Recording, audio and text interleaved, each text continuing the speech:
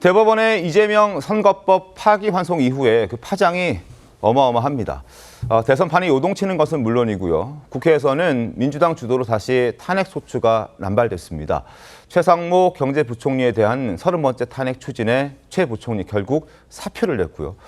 심우정 검찰총장에 대한 31번째 탄핵소추안도 본회의에 보고됐습니다. 자, 오늘 신통방통 첫 소식으로 어젯밤 긴급하게 돌아갔던 국회부터 가보겠습니다. 영상 보시죠. 시간에서 보고한 2024년도 국정감사 결과물 의사결정 제46단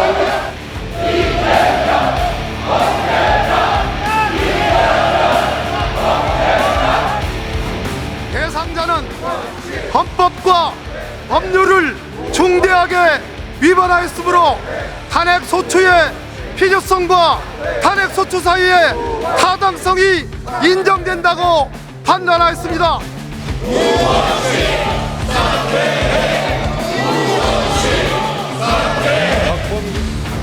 탄핵안이 처리가 되면은 바로 사퇴를 하실 수 있다는 보도가 나왔는데 어떤 입장 해주실 걸로?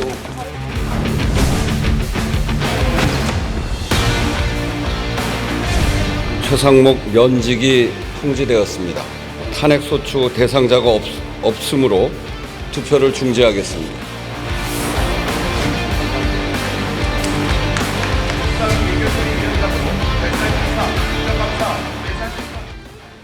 네, 어제 국회 상황 한번 봤습니다. 저 본회의가 원래는 추경안을 통과시키기 위해서 마련된 본회의였는데 추가적으로 최상목 경제부총리에 대한 이제 전 경제부총리가 됐죠.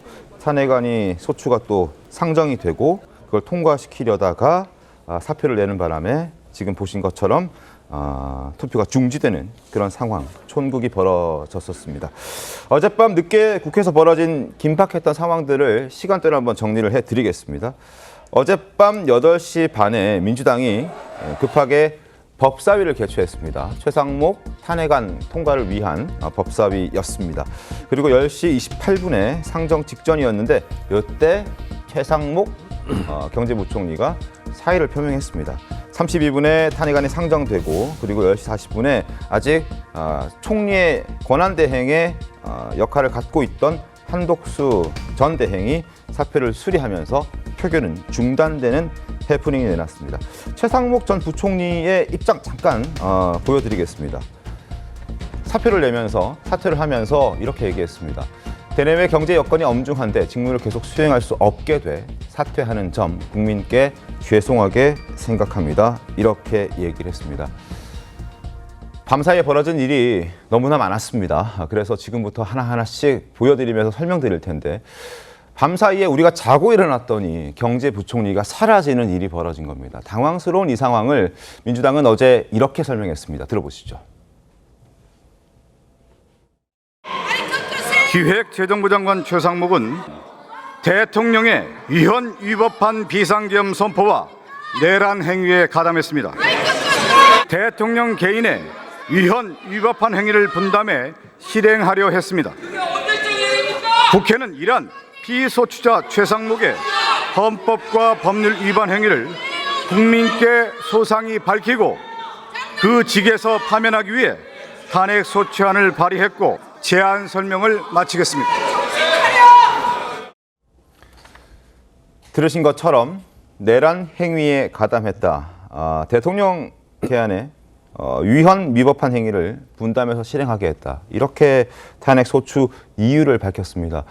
최상목 전 부총리 미국에서 2+2 협상하고 돌아온 게 며칠도 되지 않았는데 갑자기 탄핵하면서 저런 이유를 꺼내든 겁니다. 윤희석 대변인 어떻게 보셨습니까? 예, 이 상황을 듣고 보신 국민 여러분들은 도대체 갑자기 왜 최상목 경제부총리를 탄핵하려고 한 것이냐 이 이유에 대해서 상당히 의문을 가지실 겁니다. 네. 어제 오후 3시에 있었던 대법원에 이재명 후보에 대한 파기환송 그게 없었으면 분명히 이런 일은 없었을 거예요. 지금 박성준 민주당 원내 수석 부대표는 최상목 부총리가 12.3 계엄 사태 당시에 대통령의 내란 행위에 동조했다. 그것을 지금 이유로 들어서 탄핵안을 통과시키려고 했는데 그게 벌써 5달 정도 된 얘기잖아요. 그렇습니다. 이제 와서 갑자기 그 얘기하는 게 말이 안 맞죠. 결론은 최상목 부총리 탄핵하고 국무회의를 무력화시켜서 결국 국무회의 무력화하게 되면 행정부에서 국회에서 통과한 법률에 대해서 거부권 행사가 안 됩니다. 그럼 뭘 법을 통과시켜서 얻으려고 하느냐, 거기까지 생각이 미치는 거예요. 네. 근데 정청래 민주당 의원이 어제 그 속내를 드러냈어요. 어떤 거였습니까? 헌법 84조에 의한 대통령의 재직 중 형사 소추 관련한 부분에 대해서 걱정하지 마라. 형사소송법에 재판 정지 그 규정 넣으면 된다. 이 얘기를 해버린 거예요. 결론은 대법원에서 파기환송시키면서 이재명 대표가 유죄 취지로 지금 재판을 계속 받아야 되는 상태. 네. 그것을 당선이 된 이후에 완전히 원인무효시키기 위한 조치를 조금씩 하고 있다. 이렇게 보시면 되겠습니다. 일단 탄핵 사유가 내란죄잖아요. 네. 그러면 국무회의에서 내란을 반대하면 그게 이제 내란죄가 되는 거예요. 민주당 주장에 의하면. 그래서 내란죄 뒤집어 씌우기를 하고 있다. 뒤집어 씌우기다. 그렇죠. 그래서 이제 국민을 호도하고 있다 볼 수 있고요. 일단 민주당이 이성을 저는 상실했다고 봅니다. 네. 어제 대법원에서 유죄 취지에 파기환송했잖아요. 네. 이건 윤석열 전 대통령이 헌법재판소에서 탄핵당한 것과 똑같아요. 제가 볼 때는. 그래서 결국 대법원에서 이재명을 저는 탄핵했다 이렇게 봅니다. 네. 그런데 그 이후에 민주당의 어떤 행태 자체를 보면 뭔가 브레이크가 고장난 기관차 같아요. 그리고 완전 이제 이성을 상실한 거예요. 어제 뭐가 그렇게 급했을까요? 지금의 어떤 경제랄지 미국과 통상 이런 거 엄청 중요한데 적어도 최상목 권한대행은 대응으로서 일을 해야만 합니다. 네. 그게 국가와 국민을 위해서 가장 필수적인 거예요. 어떻게 보면 부족한 부분도 있을 거예요.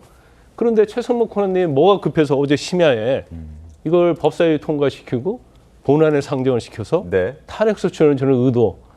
물론 민주당 자체가 제일 잘하는 것이 170석 가지고 할 수 있는 것이 이재명 후보 방탄하고요. 탄핵 두 가지예요. 그 서로 뭐 전혀 새롭지 않은데 이전의 탄핵과는 이건 의미가 다르다는 거죠. 네. 이건 엄청난 의미가 있는 거예요. 그래서 이성을 상실했기 때문에 그 이후 보지 않는 거예요.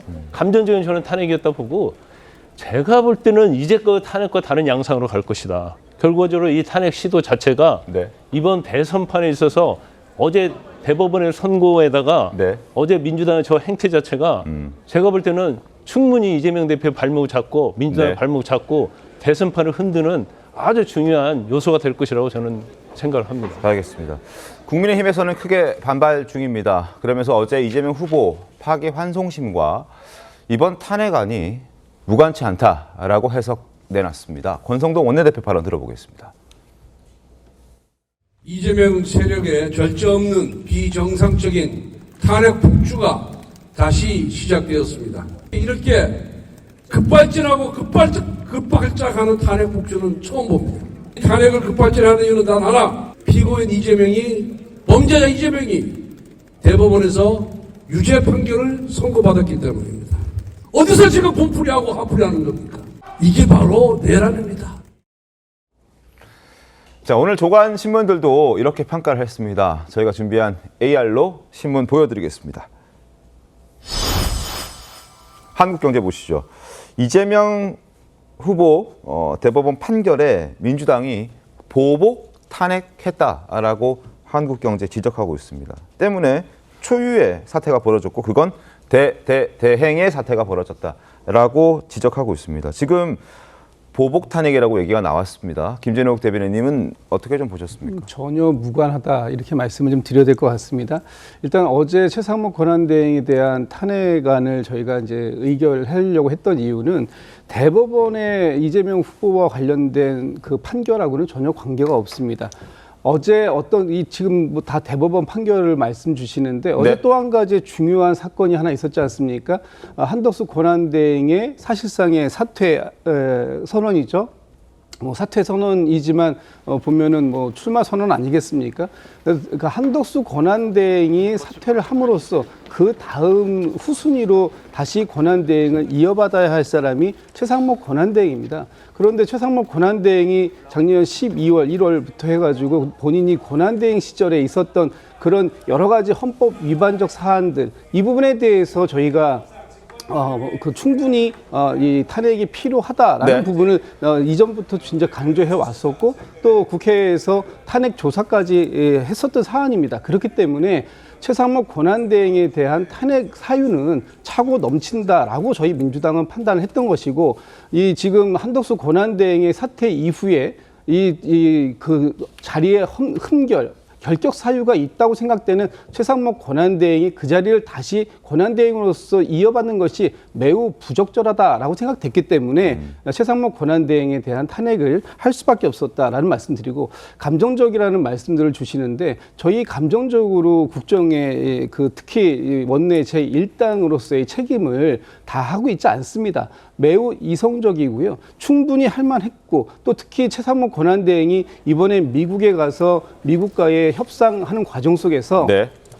베센트 미 재무장관이 이런 얘기 했지 않습니까? 한국에서 이 지금 이 협상 결과를 가지고 선거에 그 영향을 주려고 한다. 이런 표현까지도 분명하게 나오고 있는 상황이었다면 이번에 도대체 미국에 가서 협상을 어떤 과정을 해왔는가? 그 과정을 국민들에게 소상하게 진실되게 발표한 것이 맞는가? 하는 부분에 있어서도 여전히 의문들이 충분히 있는 것이고 그런 과정들을 충분히 검토하고 이번에 최상목 권한대행에게 또다시 최상목 부총리에게 네. 또다시 권한대행을 맡길 수 없다라는 그런 표현을 탄핵안을 처리한 것으로 했다 이렇게 이해해 주시면 감사할 것 같습니다. 알겠습니다. 베센트 장관의 어떤 발언에 대해서는 사실 해명도 나왔었죠. 최상목 전 경제부총리가 그건 미국의 국내용 발언으로 해석할 수밖에 없다라고 얘기를 했었는데 어쨌든 민주당 입장에서는 방금 설명해 주신 이유로 탄핵할 수밖에 없었다라고 설명을 해주고 있습니다. 그리고 어제 예정에 없이 민주당이 소집한 법사위 모습도 좀 보여드릴 텐데 큰 충돌이 있었습니다. 화면 보시죠. 예정에도 없던 법사위가 갑자기 소집된다고 해서 무슨 사유냐 확인을 해보니까 최상목 총리에 대해서 탄핵소추안을 오늘 통과시키겠다. 갑자기 정해진 겁니다. 민주당 법사위원님들 제정신입니까?